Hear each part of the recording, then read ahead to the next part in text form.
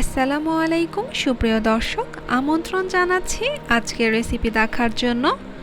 আজকের রেসিপিতে আপনাদের জন্য রয়েছে একদম ঘরোয়া উপকরণ দিয়ে তৈরি ফুলকো আলুর পরোটা রেসিপি। আশা করছি আজকের এই রেসিপি আপনাদের অনেক পছন্দ হবে। তো চলুন কথা না বাড়িয়ে দেখে নেওয়া যাক আজকের রেসিপিটি। আলু পরোটা বানানোর জন্য আমি দুইটা মিডিয়াম সাইজের সেদ্ধ আলু নিয়ে নিয়েছি। এখন একটা গ্রেটারের সাহায্যে এটাকে গ্রেট করে নিচ্ছি, এতে করে আলুটা অনেক মিহি হবে। তবে আপনারা চাইলে হাত দিয়েও খুব ভালো মতো আলুটাকে ম্যাশ করে নিতে পারেন। এখন এই সেদ্ধ করা আলু এক সাইডে রেখে দেব আর একটা মিক্সিং বোল নিয়ে নেব। এখন এই বাটির মধ্যে আমি মেজারমেন্ট কাপে 2 কাপ ময়দা নিয়ে নেব। দিয়ে দেব 1 চা চামচ চিনি, 1 চা চামচ লবণ আর দিয়ে দেব 2 টেবিল চামচ সয়াবিন তেল। এখন খুব ভালো মতো এগুলোকে একত্রে মিশিয়ে নেব। একটু হাতে সময় নিয়ে খুব ভালো মতো ময়দার সাথে বাকি উপকরণগুলোকে মিশিয়ে নিতে হবে। যখন ময়দাটা মাখানোর এক পর্যায়ে এরকম মুঠো হয়ে আসবে, তখন এর মধ্যে হালকা গরম পানি একটু একটু করে দিয়ে একটা সফট ডো তৈরি করে নিতে হবে।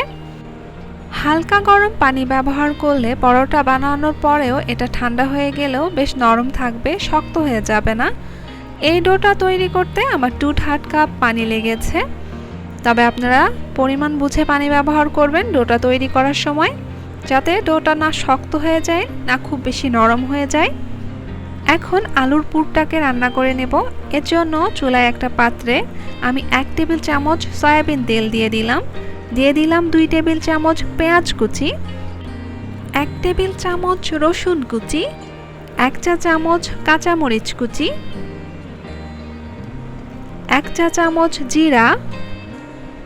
এখন এটাকে ভেজে নেব যতক্ষণ না এটার কালার কিছুটা সোনালি হয়ে আসছে। যখন এরকম সোনালি কালার হয়ে আসবে তখন চুলার জাল লোতে করে দেব। আর একে একে দিয়ে দেব 1/2 চা চামচ লবণ, 1/2 চা চামচ চিলি ফ্লেক্স অর্থাৎ শুকনো মরিচ, ঠিক এরকম করে গুঁড়ো করে নিয়েছি, 1/4 চা চামচ হলুদ গুঁড়া, গরম মশলা গুঁড়া দিয়ে দিলাম 1 চা চামচ আর দিয়ে দিলাম 1 টেবিল চামচ টমেটো সস। টমেটো সসটা অবশ্যই দেবেন, এতে করে কিন্তু এই আলুর পুরের টেস্টটা অনেক বেড়ে যাবে। এখন এটাকে মিনিট খানেকের মতো ভেজে নেব। তারপর এর মধ্যে দিয়ে দেব আগেই যে সেদ্ধ আলু গ্রেট করে রেখেছিলাম সেটা। তারপর দেওয়ার পর খুব ভালো মতো এই মশলার সাথে এটাকে মিশিয়ে নিতে হবে। আর চুলার জাল কিন্তু এই পর্যায়ে লোতে আছে। খুব ভালো মতো মশলার সাথে আলুর পুরটাকে এভাবে মিশিয়ে নিয়ে তারপর চুলার জাল একদম বন্ধ করে দেব আর পুরটা সম্পূর্ণ ঠান্ডা করে নেব। এখন রেস্টে রাখা ডোটাকে আবারও একটু মাখিয়ে নিয়ে তারপর লম্বা করে নেব। লম্বা করে নিয়ে এটাকে সমান 4 ভাগে কেটে নেব। যেহেতু আলুর পরোটাটা একটু মোটা হয় তাই লেচিগুলো একটু বড় করেই তৈরি করে নিতে হবে। এখন আলুর পুরটাকেও ঠিক একইভাবে সমান করে 4টি অংশে কেটে নিব।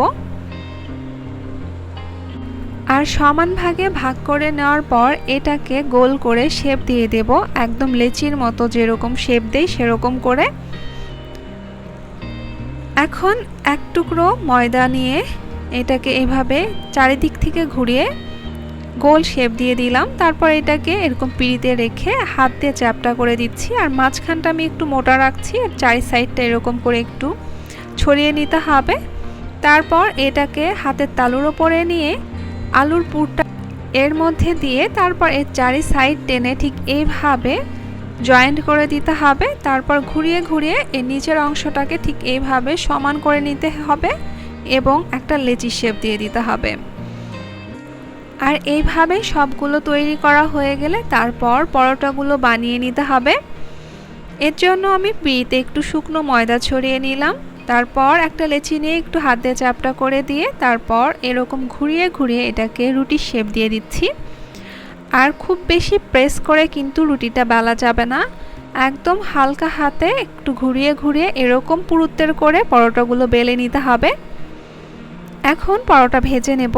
এর জন্য চুলায় একটা ফ্রাই প্যান বসিয়ে দিয়েছি। আর এই অবস্থায় ফ্রাই প্যানটা কিন্তু মোটামুটি গরম আছে, চুলার জাল আছে মিডিয়ামে। পরোটার এক সাইড হালকা ভেজে নিয়ে তারপর এটা উল্টে দিয়ে অপর সাইডটা একটু বেশি সময় ধরে ভেজে নিয়ে এটাকে আবারও উল্টে দিতে হবে।